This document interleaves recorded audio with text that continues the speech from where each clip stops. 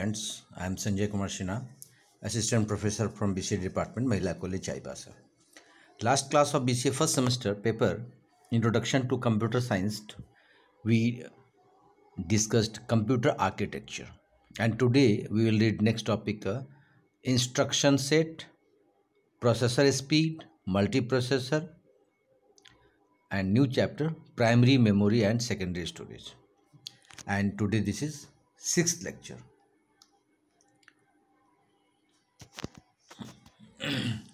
First, instruction set. A command given to a digital machine to perform an operation on a piece of data is called an instruction. Last class में जो हम लोगों ने video पढ़ा था उसमें कुछ प्रॉब्लम आ गए थे, लास्ट में 2-3 टॉपिक बच गए थे उस चैप्टर का, जो इस वीडियो में मैं इसको कंप्लीट कर रहा हूँ। तो जो इंस्ट्रक्शन सेट है, फिर आपके जो प्रोसेसर स्पीड, मल्टी प्रोसेसर, ये 3 टॉपिक लास्ट वीडियो में बच गया था। इस वीडियो में उसको कंप्लीट कर रहा हूँ। फिर इसके बाद न्यू चैप्टर स्टार्ट करूँगा जो आपका primary memory and secondary storage है। तो थोड़ा यहाँ पर हम लोग इस टॉपिक को देख लें एक बार। इंस्ट्रक्शन सेट, एक command given to a digital machine. जब हम कोई डिजिटल मशीन को किसी डेटा का परफॉर्म करने के लिए, ऑपरेशन यूज करने के लिए जब हम उसको कमांड देते हैं, that is called instruction. Basic set of machine level instruction that a microprocessor is design to execute is called its instruction set.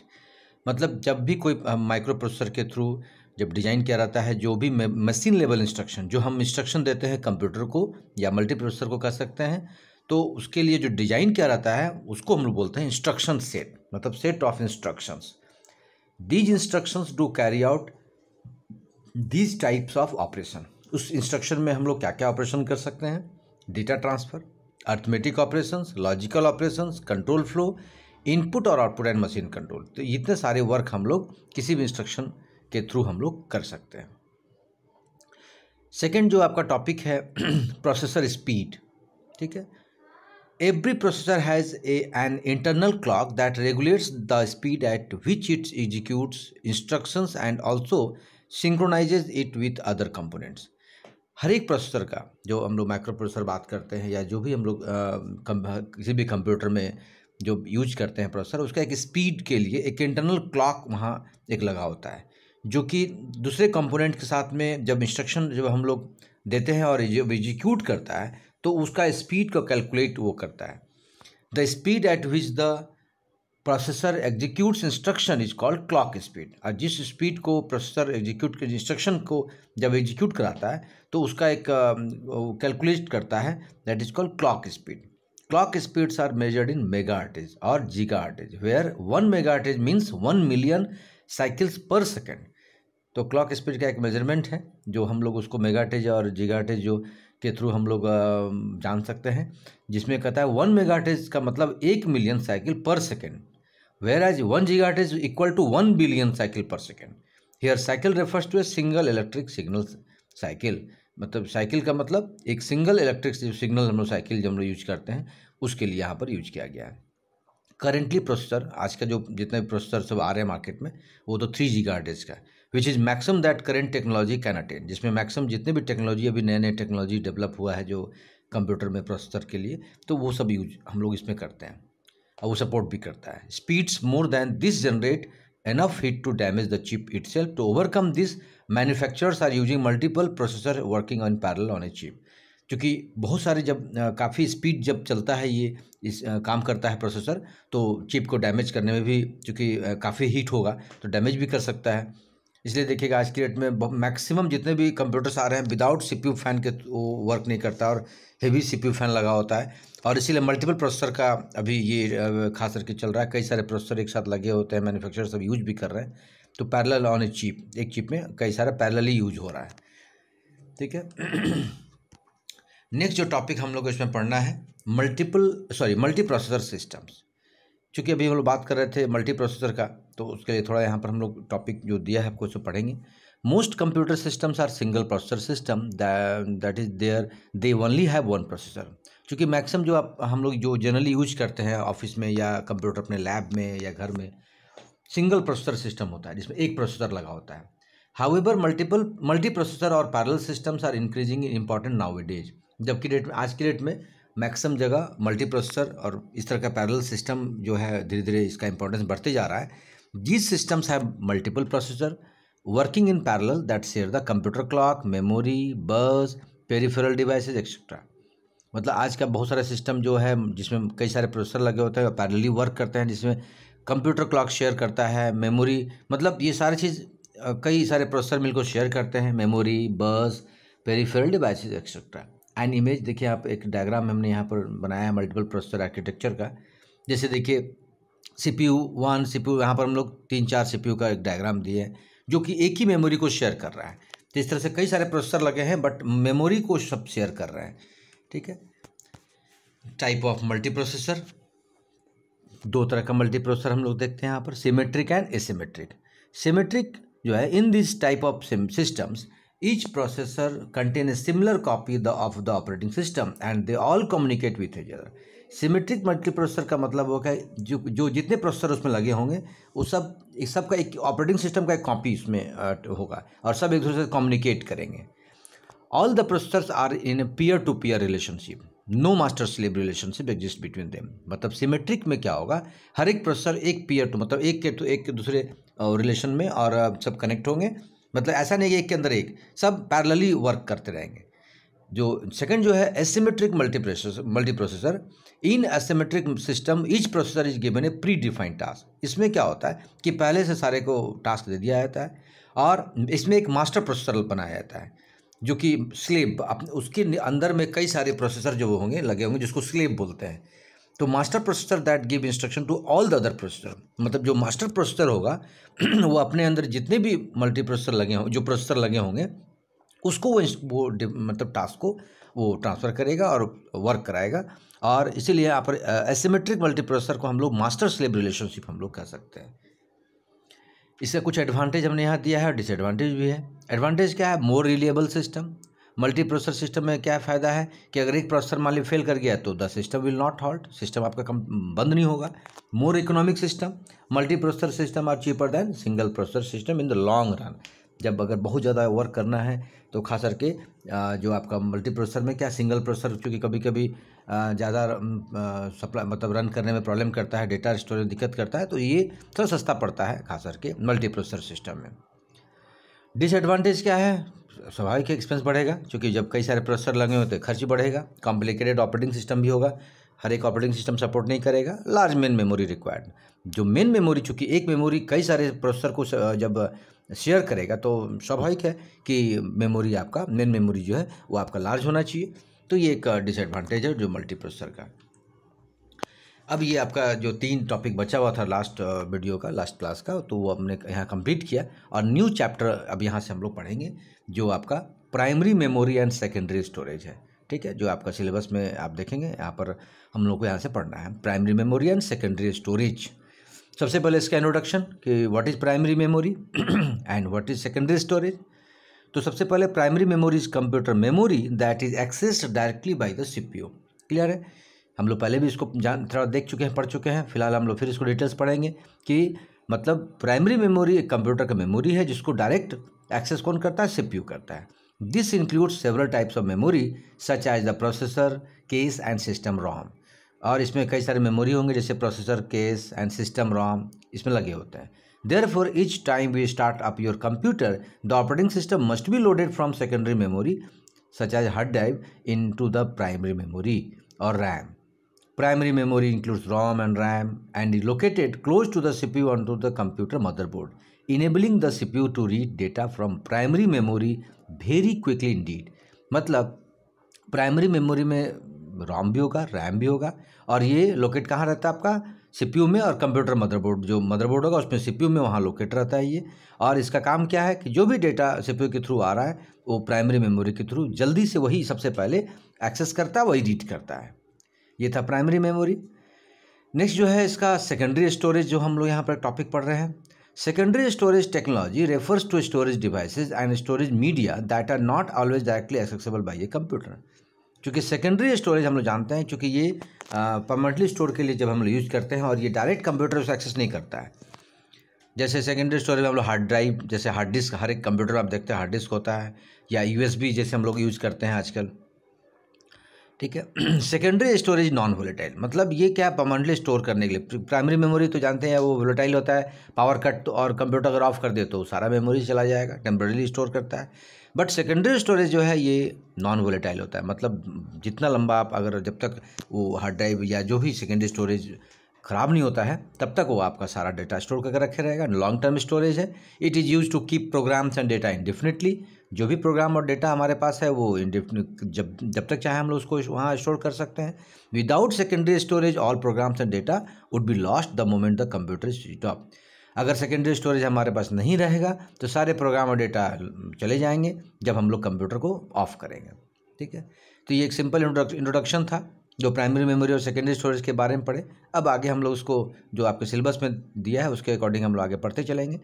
तो अब है मेमोरी हायरार्की, मतलब मेमोरी का एक हायरार्की, एक सिस्टम, एक उसका एक आर्किटेक्चर, एक डिजाइनिंग देखते हैं यहाँ पर कि मेमोरी को कैसे हम लोग यूज़ करते हैं और कैसे वो फंक्शन करता है। In the computer system design, memory hierarchy is an enhancement to organize the memory such that it can minimize the access time. Memory hierarchy चूँकि एक मेमोरी को ऑर्गेनाइज करने का और एक्सेस टाइम को मिनिमाइज करने का एक प्रोसेस है, एक डिजाइनिंग है।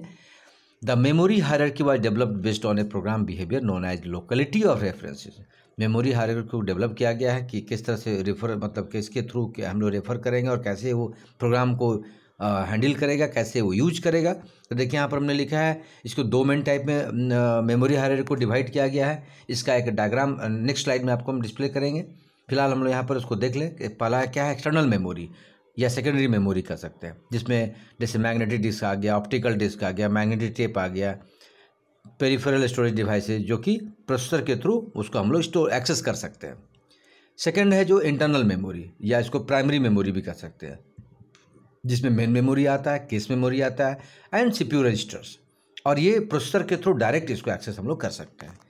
नेक्स्ट स्लाइड में जो है आप देखें यहाँ पर डायग्राम के थ्रू आपको एक पूरा क्लियर यहाँ डेमोन्स्ट्रेट हमने दिया है कि एक अलग अलग लेवल हमने यहाँ पर देखिए 5 लेवल का हमने मेमोरी को हायरार्की को मैंने डिस्प्ले किया है। सबसे देखिए सबसे ऊपर देखिए लेवल 0 में सीपीयू रजिस्टर्स, ठीक है। लेवल 1 में आ जाइए केस मेमोरी जिसको एस रैम बोलते हैं, स्टैटिक रैम, आगे पढ़ेंगे हम लोग। फिर मेन मेमोरी लेवल 2 जिसको बोलते हैं डायनेमिक रैम्स। लेवल 3 में मैग्नेटिक डिस्क जो डिस्क स्टोरेज है।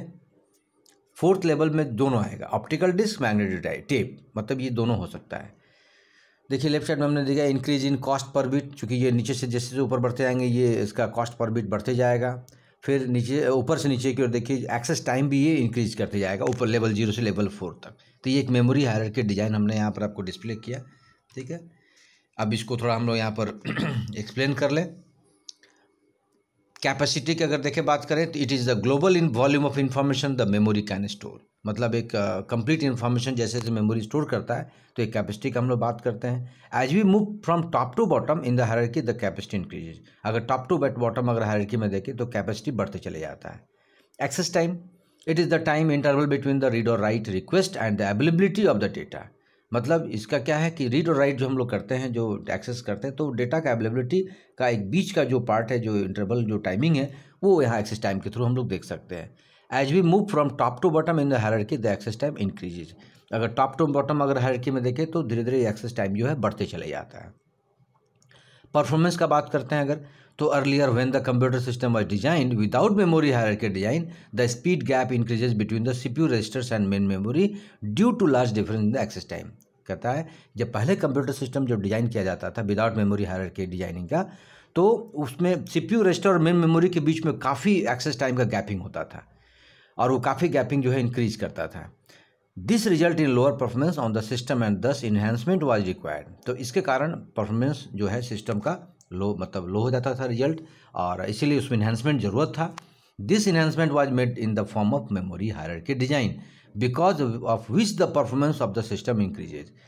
तो इस कारण मेमोरी हायरार्की डिजाइन का इन्हेंसमेंट करने का किया गया ताकि सिस्टम जो है परफॉर्मेंस सही कर पाए। One of the most significant ways to increase system performance is minimising how far down the memory hierarchy one has to go to manipulate data. और एक और तरीका है सिस्टम परफॉर्मेंस को बढ़ाने का, ताकि हम लोग मेमोरी हायरार्की के थ्रू मतलब ये मिनिमाइज कर पाए कि ताकि मैक्सिमम से मैक्सिमम डेटा मैनिपुलेट कर सके। तब आता है cost per bit. As we move from bottom to top in the hierarchy, the cost per bit increases. Internal memory is costlier than external memory. क्योंकि हम लोग वहाँ पर डायग्राम में आप देख चुके थे कॉस्ट पर बीट का, तो कहता है कि जब बॉटम टू टॉप के हायरार्की में जाते हैं तो कॉस्ट पर बीट बढ़ते चले जाते हैं, इंक्रीज करते जाता है। मतलब इंटरनल मेमोरी जो है एक्सटर्नल मेमोरी से आपका महंगा होते जाता है, कॉस्टली होते जाता है। ठीक है, तो ये सारे जो हम लोगों ने अभी पढ़ा ये आपका मेमोरी हायरार्की डिजाइन का हमने डिस्क्रिप्शन यहाँ लिया। अब यहाँ पर नेक्स्ट टॉपिक जो आपका न्यू टॉपिक है रैम, रैंडम एक्सेस मेमोरी। ठीक है, आप बराबर सुनते होंगे, मैक्सिमम आप लोग इस नाम रैम से आप लोग मतलब नोन है, क्योंकि आज के डेट में आप मोबाइल खरीदने जाइए तो भी रैम का बात करते हैं, कंप्यूटर खरीदते हैं तो स्वाभाविक है कि वहाँ तो रैम तो बात हम लोग बहुत सालों से करते आए हैं। तो रैम के बारे में डिटेल्स हम लोग पढ़ेंगे। तो रैम का full form random access memory is the internal memory of the CPU for storing data, program and program result. Clear है कि रैम का यूज क्या है, एक इंटरनल मेमोरी है CPU का, जहाँ हम लोग डेटा स्टोर कर सकते हैं, प्रोग्राम स्टोर कर सकते हैं और प्रोग्राम का रिजल्ट को स्टोर कर सकते हैं। इट इज़ ए रीड और write memory which stores data until the machine is working. जब तक मशीन वर्क कर रहा है तब तक हम लोग या तो रीड कर सकते हैं, राइट मतलब स्टोर करके रख सकते हैं।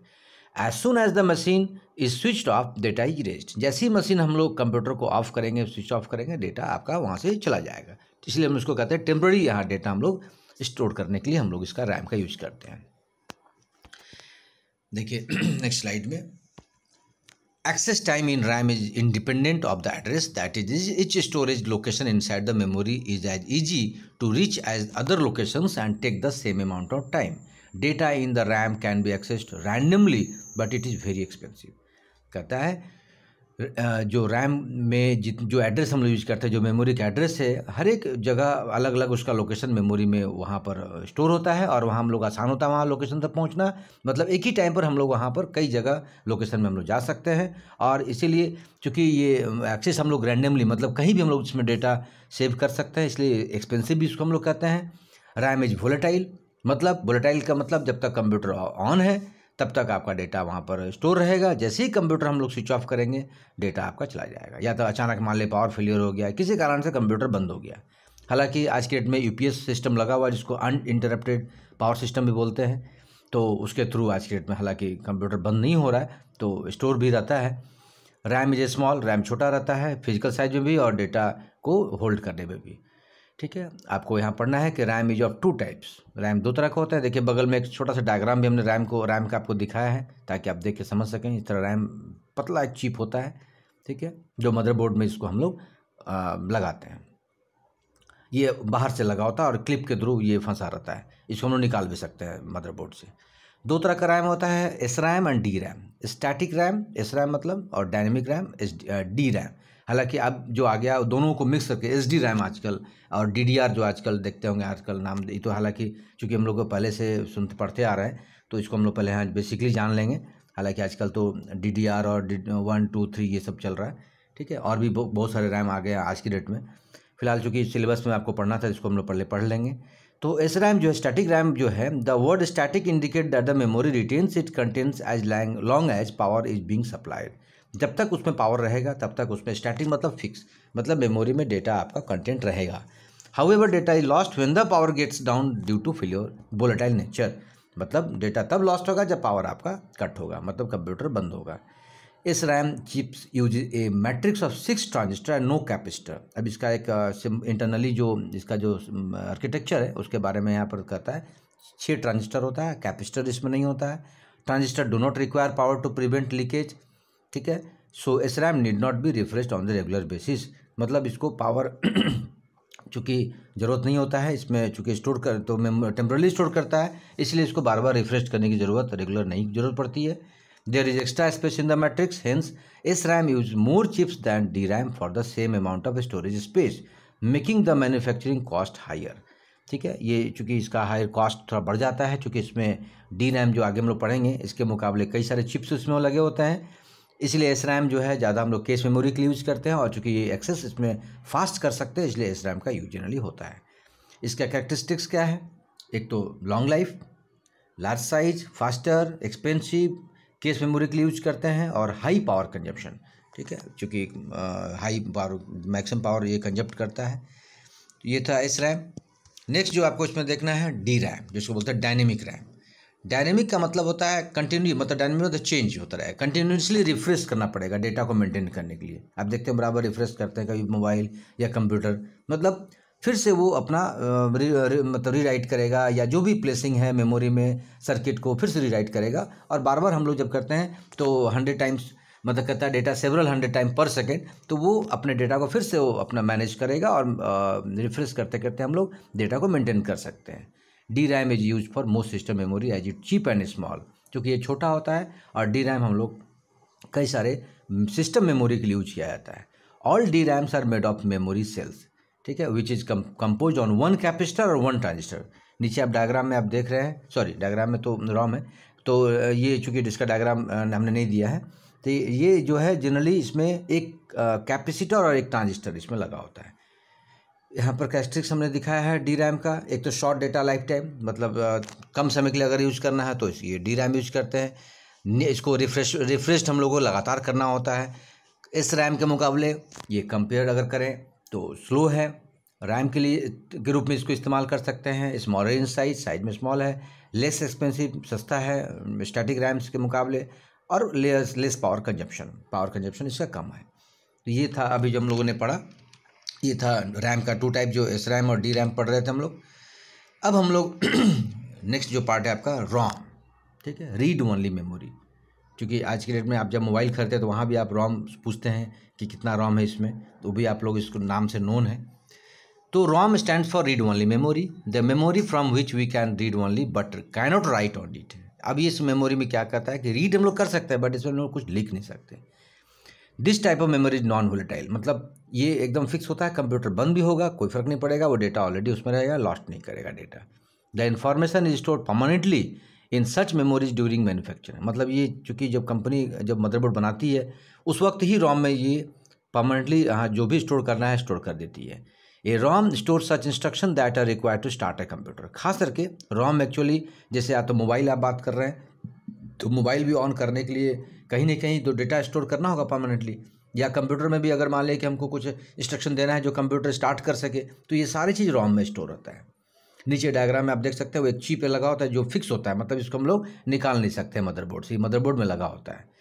इसलिए देखिए बूट स्ट्रैप, मतलब जो सिस्टम को स्टार्ट करने के लिए जो सॉफ्टवेयर चाहिए, जो सपोर्ट चाहिए, वो सारी चीज़ इसमें स्टोर रहता है। ROM chips are not only used in the computer but also in other electronic items like washing machine and microwave oven. मतलब ऐसा नहीं कि सिर्फ कंप्यूटर यूज होता है, आप जितना भी आज के डेट में देख रहे हैं आप घर में यूज कर रहे हैं, चाहे वो टीवी हो, ठीक है, फ्रिज हो, फ्रिज में भी आजकल बहुत सारे इलेक्ट्रॉनिक आ गए हैं, वॉशिंग मशीन हो, जैसे बहुत कुछ है कि आप एक बार कर दीजिए और वो स्टोर करके रख लिया और आप ऑटोमेटिकली काम कर रहा है। जितने भी ऑटोमेटिक आजकल वॉशिंग मशीन सब आ रहे हैं या माइक्रोवेव ओवन आ रहा है, जहाँ आप एक बार सेट कर दिए वो सब स्टोर, ताकि स्टोर हो कहाँ रहा है, तो ये सब रोम, सभी में रोम एक लगा होता है, वो रोम में स्टोर हो जाता है, ठीक है। तो जितने भी आज के इलेक्ट्रॉनिक्स डिवाइस जो कि आ रहा है, जहाँ पर आप एक बार ऑन करके छोड़ दीजिए और वो सब कुछ अपने आप करते चले जाता है। तो ये आजकल टीवी भी देखिएगा, जो एंड्रॉयड फ़ोन टीवी जो आ रहा है वहाँ भी रोम आ रहा है, जैसे मोबाइल और हम लोग कंप्यूटर में यूज करते हैं, ठीक है। अब यहाँ पर हम लोग रोम का कुछ टाइप हम लोग यहाँ पर देख लेंगे, कुछ कैरेक्टरिस्टिक भी जान लेंगे।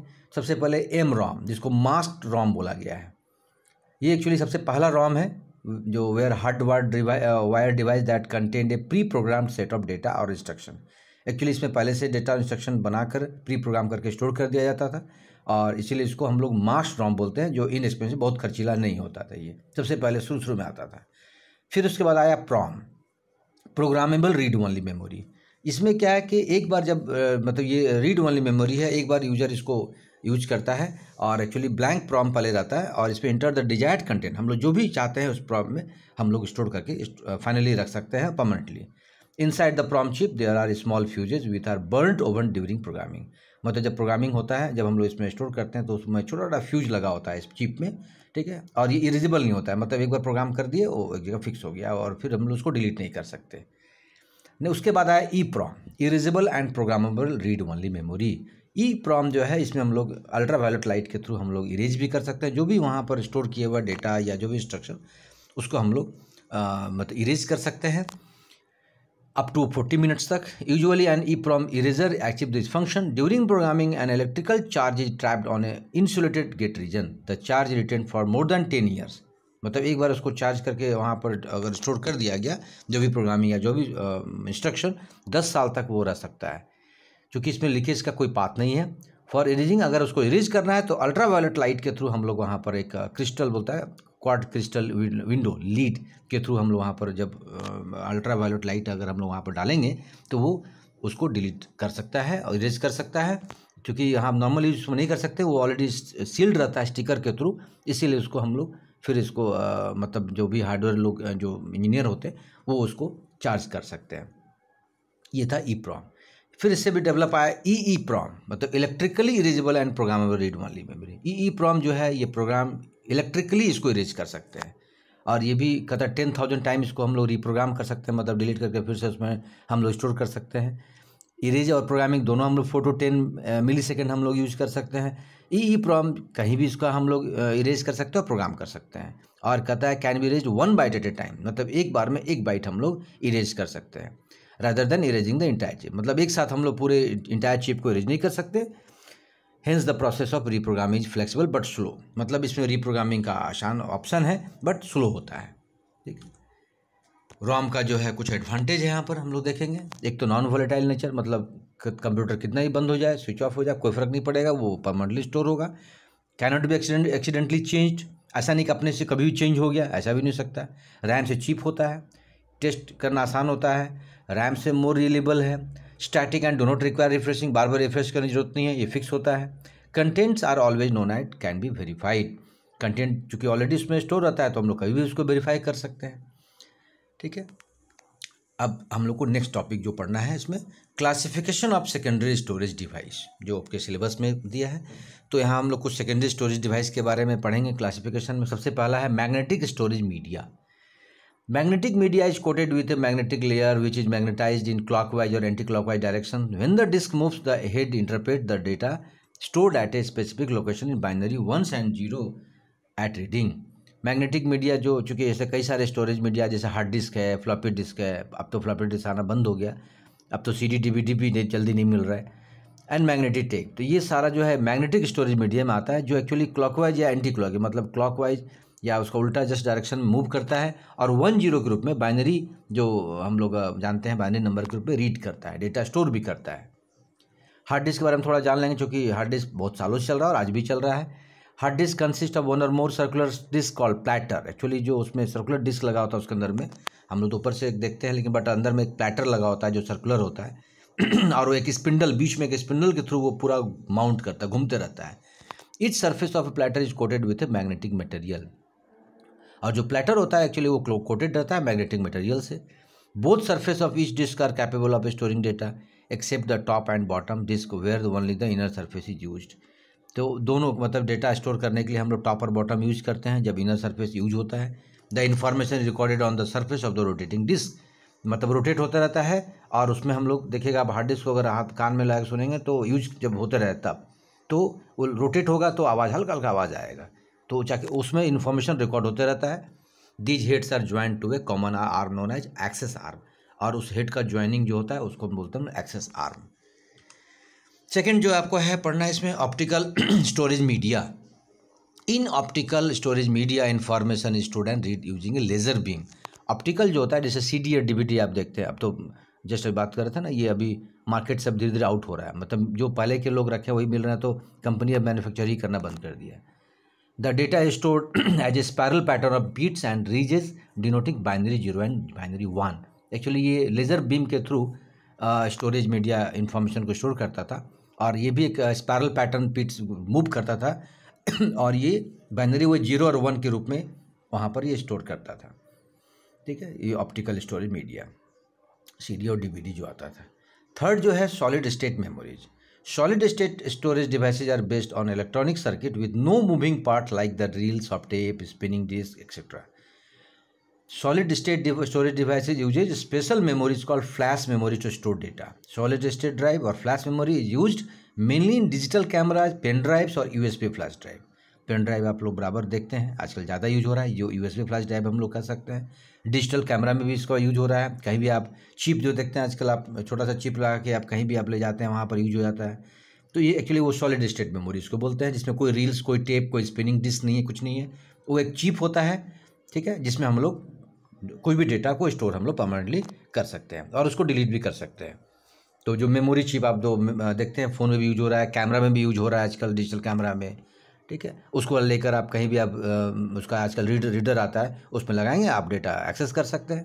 तो ये सॉलिड स्टेट मेमोरी हम लोग कहते हैं। नेक्स्ट जो टॉपिक है आपका है, ये जो अभी हम लोगों ने पढ़ा, ये आपका सेकेंडरी स्टोरेज डिवाइसेस का क्लासिफिकेशन था। नेक्स्ट जो टॉपिक है आपका मैग्नेटिक टेप।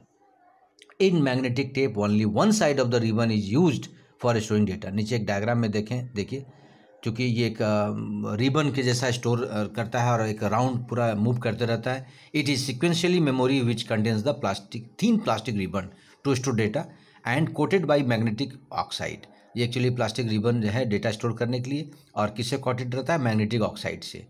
डेटा रीड और write speed is slower because of sequential access, क्योंकि एक के बाद एक्सेस करता है, इसलिए रीड राइट स्पीड जिसका स्लो है। It is highly reliable which require magnetic tape drive without writing and reading data. कभी कभी इसका जरूरत पड़ता है जब राइट और रीड डेटा करते हैं हम लोग। The width of ribbon varies from 4 mm to 1 inch। Ribbon का जो विथ चौड़ाई है ये वेरी कर सकता है 4 mm से 1 इंच तक, और इसका storage capacity 100 MB to 200 GB। ठीक है, हालांकि अब इसका बहुत कम जगह यूज हो रहा है, बट फिर भी ये एक मैग्नेटिक टेप है जो हम लोग इसको यूज करते थे और कहीं का अभी भी यूज हो रहा है। ये एक्चुअली कुछ एडवांटेज है, कुछ डिसएडवांटेज भी है। ये इनएक्सपेंसिव लो कॉस्ट मेमोरी, ठीक है। इट प्रोवाइड्स बैकअप और archival storage. It can be use for large file, बड़े बड़े फाइल्स के लिए इसका यूज किया जाता है। It can be use for कॉपिंग from disc file, एक फाइल से दूसरे फाइल में कॉपी करने के लिए भी इसका यूज हम लोग कर सकते हैं। कुछ डिसएडवांटेज है कि सीक्वेंशियल एक्सेस जो है ना, एक के बाद एक जो इसका एक्सेस करने का जो पैटर्न है, इसका मतलब ये चूँकि डायरेक्टली हम लोग कहीं भी कोई चीज़ यूज़ को हम लोग नहीं कर सकते, अलाउ नहीं करता है ये, चूँकि एक के बाद ही एक यूज करेगा। It requires caring to store vulnerable humidity, dust free and suitable environment. ये प्रॉब्लम है क्योंकि स्टोर जब हम लोग करते हैं तो एक्चुअली डस्ट और मतलब कुछ और भी इन्वायरमेंट, या मान लें कि कुछ ऐसा ह्यूमिडिटी ज़्यादा है तो हो सकता है प्रॉब्लम आ सकता है। तो उस कंडीशन में भी थोड़ा सा प्रॉब्लम है इस मैग्नेटिक टेप में। नेक्स्ट जो आपका टॉपिक है magnetic disk. Magnetic disk is type of secondary memory. ये एक्चुअली एक तरह से सेकेंडरी मेमोरी है which is a flat disk covered with magnetic coating to hold information. It is use to store various programs and file. इसमें हम लोग कई सारे मैग्नेटिक डिस्क में हम लोग फाइल और प्रोग्राम स्टोर कर सकते हैं। The polarized information in one direction is represented by 1, the direction is indicated by 0। ठीक है, यहाँ 1010 के फॉर्मेट में देखिए, नीचे एक डायग्राम के थ्रू हमने दिखाया है मैग्नेटिक डिस्क को।